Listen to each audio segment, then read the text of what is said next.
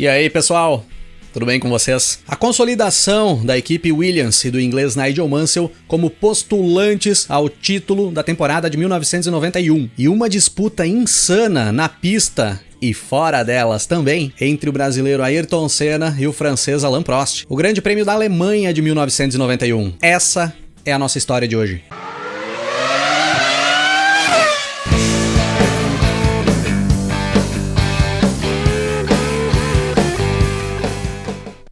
O Grande Prêmio da Alemanha de 91 era a nona etapa do Campeonato Mundial de Fórmula 1 daquele ano, com data marcada para o dia 28 de julho no veloz circuito de Hockenheim. No Campeonato Mundial, ali naquele momento, nós tínhamos o brasileiro Ayrton Senna da McLaren liderando a tabela, com 51 pontos conquistados até então, e na segunda posição, o inglês Nigel Mansell da Williams, que tinha 33 pontos conquistados. Diferente do que nós tínhamos visto nos anos anteriores, não tínhamos uma disputa pelo título mundial entre Senna e Prost. O Prost, que integrava a Ferrari ali em 1991, vinha tendo problemas principalmente com o carro da Ferrari, que não tinha sido bem desenvolvido. Inclusive a Ferrari trocou de carro no meio da temporada para ver se conseguia dar uma melhorada, lançou um novo modelo meio que às pressas e as coisas tinham ficado ainda piores. O Prost estava definitivamente fora da disputa pelo título mundial. Senna e Mansell ali na frente disputavam a primeira posição da tabela. O italiano Riccardo Patrese, companheiro do Mansell na Williams, vinha na terceira posição com 22 pontos conquistados. O Prost era o quarto colocado com 21 pontos e o outro brasileiro, o Nelson Piquet, correndo pela Benetton, vinha na quinta posição com 18 pontos conquistados. O Senna tinha iniciado o ano muito bem, tinha vencido as 4 primeiras etapas da temporada, mas da quinta etapa em diante as coisas começaram a se complicar para o Senna e para a McLaren. O MP46, o carro da McLaren ali de 1991, começava a apresentar problemas de confiabilidade, principalmente no motor Honda, enquanto com a Williams ia acontecendo totalmente o contrário. O projeto do FW14 ia melhorando muito a cada etapa que se passava. Chegando ali no Grande Prêmio da Alemanha de 91, a Williams já tinha conseguido conquistar 3 vitórias em sequência. Riccardo Patrese venceu no México e o Nigel Mansell venceu na França e na Inglaterra. O Senna ainda tinha uma folga na liderança por conta daquelas 4 vitórias lá no início da temporada, quando a Williams tinha problema de confiabilidade e eles geralmente não conseguiam terminar as corridas, ou precisavam poupar equipamento para terminar as corridas e acabavam ficando para trás. Mas chegando nesse ponto do campeonato, essa folga já não era mais tão tranquila assim, e o brasileiro começava a apresentar preocupação com a situação do campeonato. Para completar, uns 10 dias antes do Grande Prêmio da Alemanha, ali mesmo em Hockenheim, o Senna toma um baita susto. Em uma sessão de testes privados que a Associação de Construtores tinha organizado, o Senna acaba sofrendo um grave acidente. Ele acaba perdendo o controle do carro na entrada da primeira chicane e bate a quase 320 por hora na barreira de pneus. O carro decola e dá várias voltas, várias pancadas antes de parar e o Senna conseguir sair do carro. O Senna é levado ao hospital, onde os médicos acabam ficando impressionados por ele não ter sofrido nada. Tamanha tinha sido a violência do impacto. Ele teve apenas dores no pescoço, dores nos ombros, foi até aconselhado a não disputar o Grande Prêmio da Alemanha, que seria dias depois, mas é óbvio que o Senna não ouviu essa recomendação e se encaminhou para o Grande Prêmio. E esse era o terceiro forte acidente que o Senna sofria ali naquela primeira metade de ano de 1991. Ele tinha sofrido o acidente de jet ski aqui no Brasil, poucos dias antes do Grande Prêmio do México. No Grande Prêmio do México, ele teve aquele acidente na Peraltada, onde virou o carro de cabeça para baixo, e agora esse na Alemanha. A fase não estava muito legal pro Senna. Ainda nestes dias, antes do Grande Prêmio da Alemanha de 91, é que nós víamos acontecer o início do fim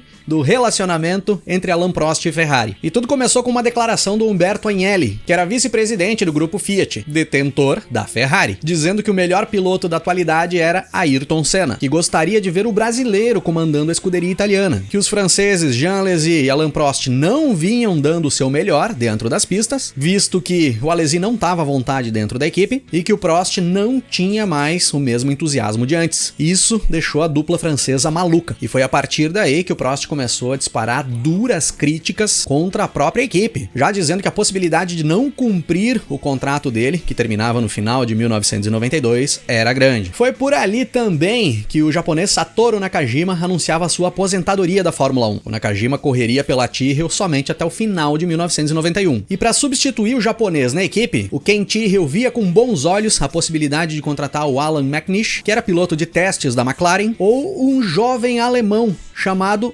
Michael Schumacher. Sim, era ali a primeira vez que ouvíamos o nome Michael Schumacher dentro da Fórmula 1, com a possibilidade do alemão pilotar pela Tyrrell a partir de 1992, com apoio da Braun, a empresa alemã que já patrocinava a equipe Tyrrell. E aí, já dentro da pista de Hockenheim, no final de semana do Grande Prêmio, outro grande susto. O francês Eric Comas, da Ligier, sofre um grave acidente, muito parecido com o acidente que o Senna tinha sofrido dias antes, nos testes. O carro escorrega na entrada da chicane, voa e atinge a barreira de pneus. Sai capotando, fica de cabeça para baixo, chega até um princípio de incêndio, mas assim como tinha acontecido com o Senna, o Eric Comas nada sofreu, apenas machucou o cotovelo e acaba até sendo liberado para participar do restante do final de semana do Grande Prêmio. Mas devido ao acidente do Senna dias antes e esse acidente do Eric Comas, os pilotos já vinham reclamando bastante em relação à segurança de Hockenheim ali em 1991. Durante os treinos, nós víamos uma dificuldade muito grande da McLaren conseguir andar no mesmo ritmo da Williams, principalmente quando se pensava em ritmo de corrida. O motor V12 Série 3 da Honda, que equipava a McLaren ali naquele momento, era mais de 20 quilos mais pesado que o V10 Renault da Williams, e isso comprometia bastante o desempenho do carro e o consumo de combustível. E além disso, para preocupar mais os pilotos da McLaren e os torcedores da equipe, o Ron Dennis, o chefe de equipe na McLaren, anunciava ali que o desenvolvimento aerodinâmico do MP4-6 estava concluído. Nada mais seria feito no carro até o final do ano. Todos os esforços agora estavam voltados para o desenvolvimento do carro de 1992. Mas era visível que o MP4-6 ali naquele momento já era um carro defasado em relação ao FW14, que acaba fazendo mais uma pole position em 1991 com o inglês Nigel Mansell. Era a quinta pole consecutiva da Williams naquele momento. O Senna e o Berger conseguiram encaixar boas voltas com a McLaren e botaram os carros na segunda e na terceira posição no grid, logo na frente do Riccardo Patrese, o segundo carro da Williams, que alinhou em quarto. Logo atrás vinham as duas Ferraris, com Alain Prost em quinto e Jean Alesi em sexto. O Nelson Piquet com a Benetton ficou na oitava posição, o Roberto Pupo Moreno, companheiro do Piquet na Benetton, ficou em nono, e o Maurício Gugelmin com a Leighton House alinhou na 16ª posição. No briefing, no domingo, antes da corrida, tensão por conta da falta de segurança ali em Hockenheim. Puxados pelo Senna, os pilotos vinham reclamando com o Jean-Marie Balestre referente ao baixo número de comissários e fiscais que integravam o Grande Prêmio, as chicanes mal desenhadas e o posicionamento errado das barreiras de pneu para direcionar as chicanes, que acabaram deixando os acidentes do Senna e do Comas mais graves do que teriam sido. As barreiras de pneu acabaram catapultando os carros quando houve a colisão com os pneus. E é aí que nós vemos aquela frase icônica do seu Jean-Marie Balestre, que na minha opinião é a representação perfeita da arrogância. The best decision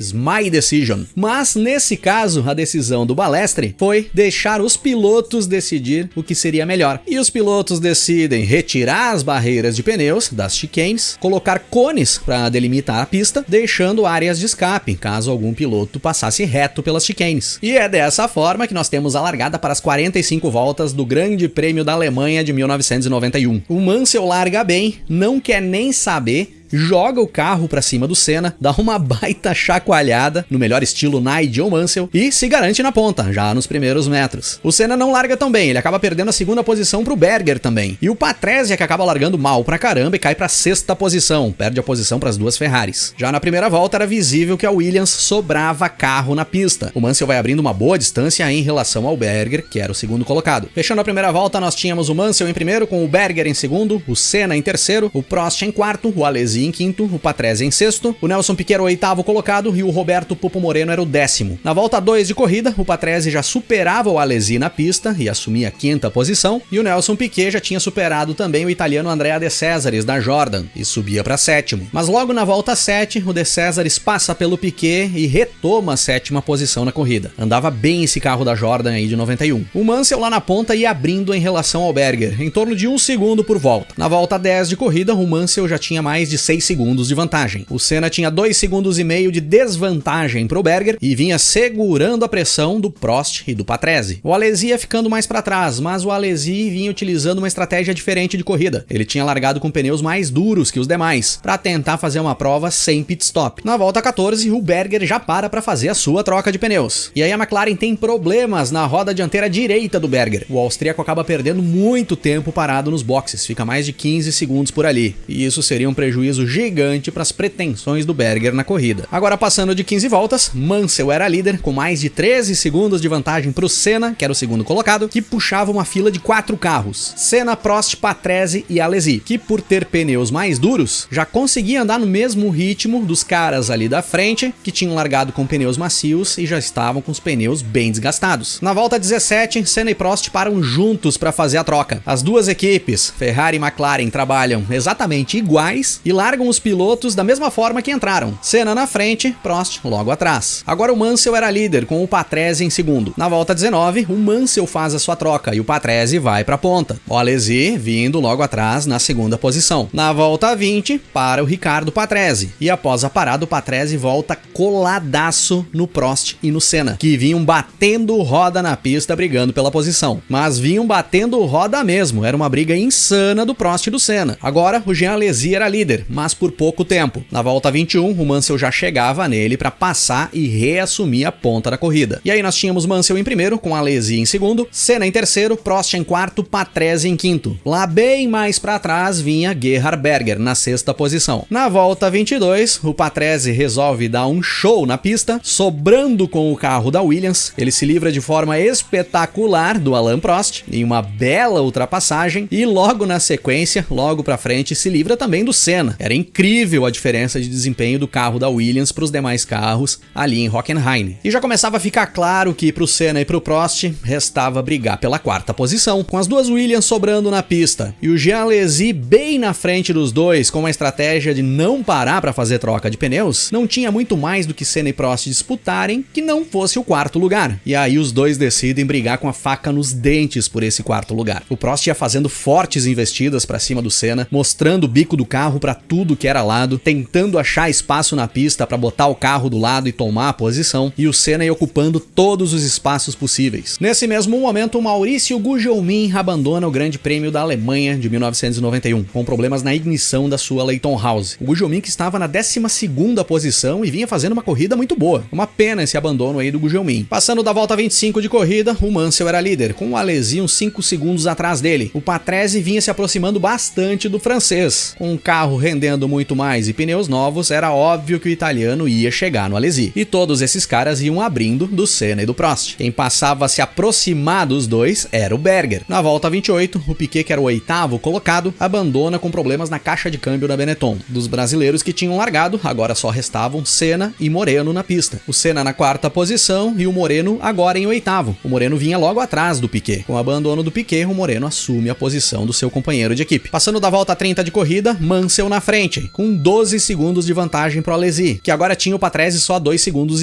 atrás dele, prestes a ser atacado, com Senna, Prost e Berger vindo uns 12 segundos atrás do Patrese. Senna segurando Prost e Prost segurando Berger. Na volta 35, o Patrese chega no Alesi, fica embutido na traseira da Ferrari, mas não por muito tempo. Uma volta depois, o italiano já deixava o francês para trás e assumia a 2ª posição da prova. E o Senna já ia fazendo zigue-zague na pista para não deixar o Prost passar por ele. E era visível que o francês já estava perdendo a paciência com a situação. Se os dois ficassem lado a lado, alguém ia sobrar. E não deu noutra. Na volta 38, o Prost pega o vácuo do Senna, consegue render o suficiente para botar a Ferrari no lado da McLaren, o Senna fecha o lado interno da pista antes da primeira chicane, o Prost bota o carro por fora, tentando atrasar ao máximo a freada para sair na frente do Senna, só que o Senna também atrasa ao máximo a freada, a ponto de comprometer totalmente a tangência da curva, mas não deixando espaço para o Prost conseguir entrar. O francês, medindo freada com o brasileiro, acaba travando as rodas, não consegue fazer a curva, nem tinha espaço para isso, sai pela área de escape da chicane, exatamente onde tinham os cones que tinham sido colocados no lugar dos pneus, por solicitação dos pilotos no briefing. Se tivessem os pneus por ali, conforme estavam até o domingo pela manhã, o Prost tinha batido nos pneus. E aí o Prost até tinha a possibilidade de retornar para a pista, depois de passar pela área de escape ali na chicane. Só que aí ele acaba tendo um problema na embreagem da Ferrari, o motor do carro apaga e o Prost abandona o Grande Prêmio da Alemanha de 91 ali mesmo. E sai do carro espumando de raiva pelo que tinha acontecido. A partir daí, passando das 40 voltas de corrida e nos encaminhando para o final, o Mansell era o primeiro, com o Patrese em segundo, o Alesi em terceiro, o Senna em quarto, o Berger em quinto. O Berger rendia mais do que o Senna, estava colado no brasileiro, mas não atacava para não tirar pontos do Senna. Ordens da equipe. Só que na última volta da prova, na volta 45, o Senna fica sem combustível no carro. Da mesma forma que tinha ficado na corrida anterior, em Silverstone, com problemas no indicador do combustível no painel do carro, que indicava ainda ter combustível no tanque. O brasileiro estaciona o carro na área de escape da primeira chicane e perde a chance de marcar alguns pontos importantes para a disputa do campeonato. Quem ria disso tudo era Nigel Mansell, que cruzava a linha de chegada em primeiro, fechando as 45 voltas para conquistar a vitória do Grande Prêmio da Alemanha de 1991. Terceira vitória consecutiva do Mansell, que agora ficava apenas 8 pontos do Senna na tabela do Mundial. A vantagem que o Senna tinha conseguido abrir lá no início do ano com aquelas 4 vitórias consecutivas, agora praticamente não existia mais. E o campeonato estava totalmente aberto para a reta final da temporada. O Riccardo Patrese cruza a linha de chegada na segunda posição, fechando uma dobradinha da Williams, e o francês Jean Alesi com a Ferrari fecha em uma bela terceira posição, consagrando uma ótima estratégia escolhida por ele e pela equipe. O Roberto Pupo Moreno chegou na 8ª posição com a Benetton, uma volta atrás do líder. E quem pensava que a disputa entre o Senna e o Prost ali em Hockenheim em 1991 tinha terminado na volta 38, ali na primeira chicane com a saída do Prost da corrida, estava enganado. Após a corrida, o Prost dá uma entrevista, jogando tudo no ventilador e dizendo que se eu voltar a encontrá-lo na mesma situação, o jogarei para fora da pista, com certeza. O Senna, questionado sobre as palavras do Prost, responde no mesmo nível. Todos conhecem o Prost, sempre reclama do carro, ou dos pneus, ou do time, ou dos mecânicos, ou da gasolina, dos outros pilotos, do circuito, sempre culpa alguém, nunca é seu erro. Ainda não vi a imagem, mas deve estar claro que ele passou do ponto na freada, arriscou muito e poderia ter causado um acidente. Felizmente não batemos, mas ele quase causou um acidente. E aí o clima entre os dois, que há tempos não era bom, parecia piorar ainda mais. Só que aí é que vem o mais curioso. Aqueles que pensavam que o clima iria piorar a partir desse momento, também estavam enganados. Muita gente pensa e comenta até os dias de hoje que foi em 1993 que a relação entre o Senna e o Prost começou a melhorar. Mas na realidade foi a partir desse fato, no Grande Prêmio da Alemanha de 1991, que os dois perceberam que estavam indo longe demais com essa rivalidade e que esse comportamento vinha atrapalhando os dois, tanto dentro quanto fora das pistas. Há tempos a situação já tinha ultrapassado o limite e nesse momento tinha chegado no ápice, e é aí onde os dois percebem que precisariam mudar. E já no Grande Prêmio seguinte, no Grande Prêmio da Hungria, um fato determina o início dos entendimentos na relação entre Senna e Prost. Mas